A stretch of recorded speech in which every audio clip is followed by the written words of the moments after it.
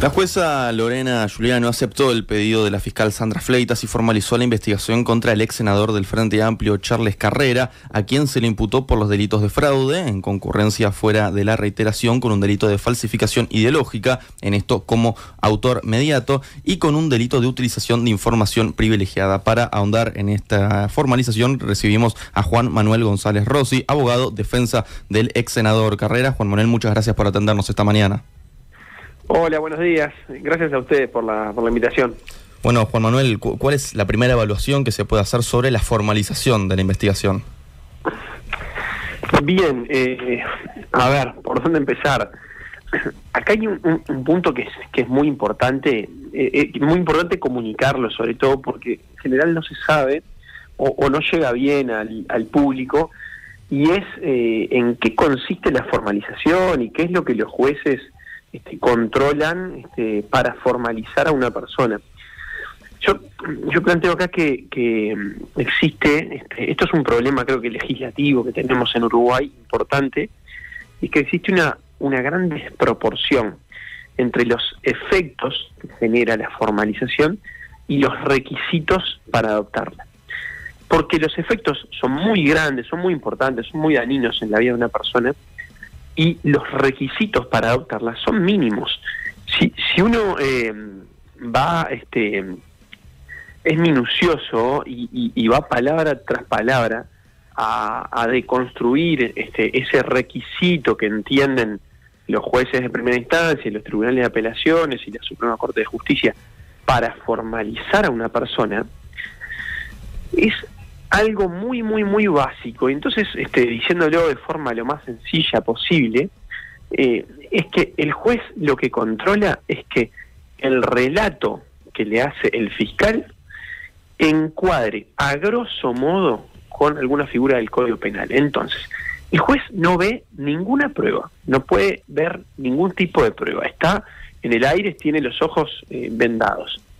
Entonces, ahí uno tiene que discutir simplemente sobre el relato del fiscal y esa adecuación típica que se llama.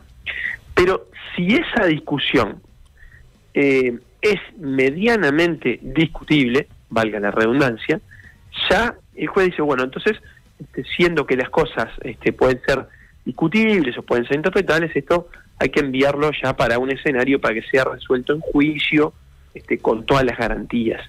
Entonces, esta es la explicación por la que el 100% de las formalizaciones que se solicitan se conceden. Entonces, uno tendría que para lograr dar vuelta un pedido de formalización, para que se rechace, uno tendría que demostrar que el fiscal, poco menos que nunca abrió el Código Penal y pide la formalización por homicidio de una persona que engañó a otra, una cosa así muy, muy absurda, muy ridícula. Claro, acá la crítica entiendo que viene por el lado de por qué delito se termina formalizando. Claro, bueno, en este caso los propios hechos relatados por la fiscal, no los hechos reales que tengan correspondencia con las evidencias, no, los hechos relatados ya no encuadran en esas figuras. Pero bueno, lo que ocurre también acá es que los jueces de garantías, al estar con los ojos vendados y no tener la posibilidad de acceder a las pruebas, básicamente tienen tienen dos caminos, tienen una disyuntiva, y un camino es formalizar y darle a las partes las garantías, entre comillas las garantías, de que esto va a ser resuelto con todas las cartas a la vista por un juez de juicio, respetando todos los plazos, los procesos, etcétera. Y la otra es así en el aire, frente a lo que le dice uno y lo que le dice el otro. Es una cosa compleja que el juez difícilmente termine de comprender en un relato de media hora que le hace cada uno, con tergiversaciones permanentes y con un montón de exclamaciones, etcétera, impedir definitivamente que se juzgue una persona. Entonces, tiene un desbalance en esa decisión el juez de garantías que hace que los resultados están a la vista, es el 100%. Se solicita una formalización, el 100% de las veces se formaliza. Ahora bien, lo que no ocurre, es el 100%, es que esas formalizaciones terminen en condenas. Esas formalizaciones muchísimas veces terminan o en sobreseimientos, o a veces terminan en abreviados por otras figuras. Pero Sí, está claro que por ahora lo que prima es el principio de inocencia, pero por eso decía yo, tú decís, bueno, muy difícilmente no termina en una formalización, pero las críticas que han hecho desde la defensa es, en este caso, por qué se cambió la tipificación, ¿no?, de los delitos y en cuánto tiempo se llega a pedir esta formalización. Sí, ahí entrabas en otro tema. Respecto a lo primero que dijiste, que mencionaste el principio de inocencia, hay el año pasado, si no me equivoco, o el anterior, creo que fue en el 23, vino a Uruguay a presentar un libro, un profesor argentino, el doctor Gonzalo Miranda, que habla de el principio de inocencia y el rol de los medios de comunicación, y explica ahí cómo tenemos, vamos de algún modo a contrapelo como sociedad de lo que nos dice la Constitución. La Constitución y los pactos internacionales nos dicen que la persona es inocente hasta que tenga una sentencia de condena, y nuestro día a día como sociedad nos muestra, y un poco también por un trabajo que hacen los medios de comunicación, que una persona cuando se la formaliza públicamente, mediáticamente, está condenada. Y en realidad tenemos un juez, ustedes la pudieron escuchar a la doctora Juliano ayer, que dice, yo de esto no sé nada, no puedo saber nada, no me puedo pronunciar sobre nada, no tengo ni idea. O sea, lo que está diciendo la justicia es, no tengo ni idea sobre esto. En el aire así, me es muy difícil rechazarlo, no tengo ni idea. Entonces, eso es lo que está diciendo la justicia. Lo que pasa es que a veces el mensaje llega distorsionado y alguno va a decir, no, la justicia se pronunció y imputó a Carrera, formalizó a Carrera, pero lo que dice la juez es, no tengo ni idea de esto, no lo puedo conocer, es muy complejo, a priori es un control de potencialidad, del planteo de eventual potencialidad, bueno, se formaliza. Juan, después, sí. No, consultarte, porque te consultamos sobre el cambio de tipificación de los delitos. En lo concreto, Sí. ¿cómo afecta al derecho de la defensa esto? Y bueno, a ver, eso es un gran problema también, que tiene, yo no sé si es un problema de nuestro código o de lo que se ha hecho de nuestro código, de lo que se ha ido interpretando de nuestro código del proceso penal, pero lo cierto es que se ha entendido que bueno, existe investigación antes de la formalización y sigue existiendo investigación después de la formalización y antes de la acusación.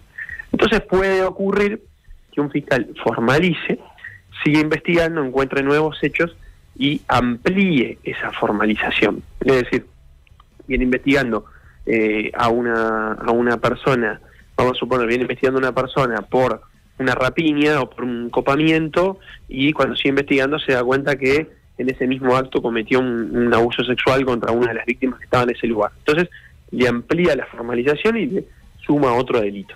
Ahora, el problema es que eso, que la jurisprudencia lo admite, debería tener un coto a la coherencia de las figuras imputadas. Porque lo que pasa en este caso es que a Carrera lo investigan 3 años por abuso de funciones. El delito de abuso de funciones dice, lo describe el delito, dice siempre que no encuadre en otra figura, siempre que no sea otro delito.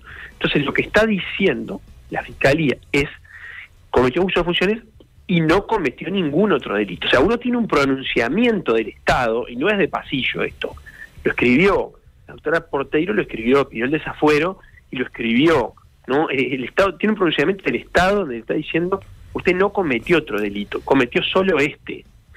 Y después, después de esos 3 años de defenderse así, sin nadie que le diga, porque esto, a ver, yo acá por todas las valoraciones que hago, yo veo un vaso medio lleno acá, y un logro muy importante, que no he escuchado que lo diga nadie, pero es que Carrera se estuvo defendiendo 3 años de abuso de funciones, y hoy tenemos un pronunciamiento del Estado que dice, no cometió abuso de funciones. No cometió abuso de funciones. O sea, tenemos la titular que dice, no cometió abuso de funciones. Yo estoy de acuerdo con Carrera, dice. Estoy de acuerdo con Carrera y con todos los informes que presentaron. O sea que todos estos 3 años, de algún modo, terminan con un resultado de éxito favorable para Carrera. Porque se defendió de abuso de funciones y no lo cometió. Ahora, lo que pasa es que la fiscal le cambia la perspectiva, le dice, pero tranquilo Carrera, que yo encuentro otras figuras que para mí sí cometió. Y que son figuras que, si uno las analiza, en algunos casos son golpes nuevos que uno tiene que ver cómo se acomoda frente a eso, porque son lecturas además muy poco esperables de estos hechos. Y en otro caso, la imputación de fraude implica valorar esos hechos desde una óptica casi incompatible con la anterior. Porque yo no sé si ustedes se acuerdan de este caso, pero cuando se decide que la finalidad de estos actos, de estas disposiciones, era espuria, se le asignaban distintas finalidades concretas, y una de ellas decía, no, bueno, lo hizo para encubrir al policía, que eso nunca se pudo demostrar, o se demostró lo contrario.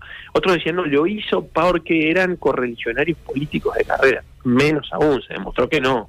Otros decían, lo hizo para comprarles el silencio, extorsionarlos, y menos aún, porque surgió que no. Le hacen una grabación clandestina y dice, usted vayan a ver una voz y reclamen. Entonces, lejos está de decirle, les compro el silencio. Juan Manuel, bueno, otra de las cosas que llamó la atención ayer cuando seguíamos el caso son las medidas cautelares que pide la fiscal Fleitas también, ¿no? Estado de fijación de domicilio, prohibición de salir del país con cierre de fronteras, bueno, esto finalmente se realiza, pero el arresto domiciliario con monitoreo mediante tobillera, prohibición de usar redes sociales.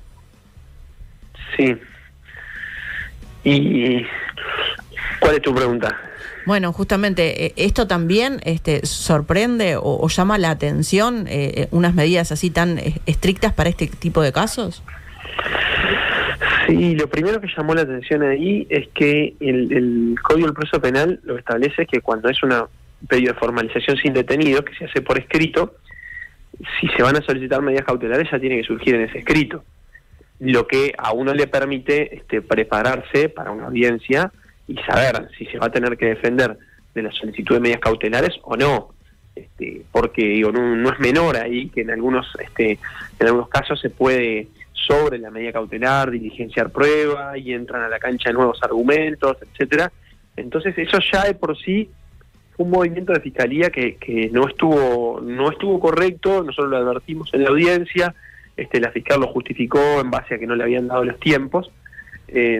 Y después, evidentemente, que nos tomó muy por sorpresa el pedido concreto de las cautelares. Yo, por lo menos el de prohibición de expresarse en redes, yo jamás lo había visto en mi vida profesional.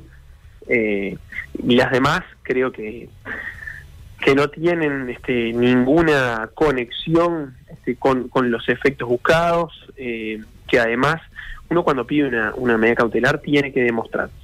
Por un lado tiene que acreditar lo que se llama el humo del buen derecho, es decir, tengo que acreditar que lo que yo estoy investigando tiene apariencia de ser un delito.